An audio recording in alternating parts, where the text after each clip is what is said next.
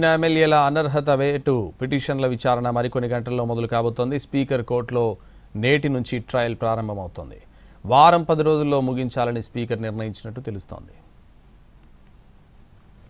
ఫిరాయింపు ఎమ్మెల్యేల అనర్హత పిటిషన్లను పరిష్కరించేందుకు సుప్రీంకోర్టు గడువు విధించింది. కోర్టు ఆదేశాలకు అనుగుణంగా స్పీకర్ విచారణను ఇప్పటికే మొదలుపెట్టారు. పార్టీ మారినట్లు ఫిర్యాదులు వచ్చిన ఎమ్మెల్యేలకు నోటీసులిచ్చి వివరణలు తీసుకున్నారు. ఇప్పుడు ట్రయల్ మొదలవుతుంది. ఉదయం స్పీకర్ ఛాంబర్లో ఈ ట్రయల్ను ప్రారంభించబోతున్నారు. మొదటి విడతగా 4 ఎమ్మెల్యేలకు సంబంధించిన ట్రయల్ ప్రారంభం కాబోతోంది. పార్టీ మారిన ఎమ్మెల్యేల అడ్వకేట్లు బీఆర్ఎస్ ఫిర్యాదుదారుల అడ్వకేట్తో క్రాస్ ఎగ్జామ్ చేస్తారు. పార్టీ ఫిరాయించిన ఎమ్మెల్యేలపై అనర్హత వేటు వేయాలని పిటిషన్ వేసిన ఎమ్మెల్యేల తరపు హాజరయ్యే అడ్వకేట్లను పార్టీ మారిన ఎమ్మెల్యేల అడ్వకేట్లు క్రాస్ ఎగ్జామ్ చేస్తారు. ఆరోపణలకు ఆధారాలు చూపాలని క్రాస్ ఎగ్జామిన్ చేస్తారు.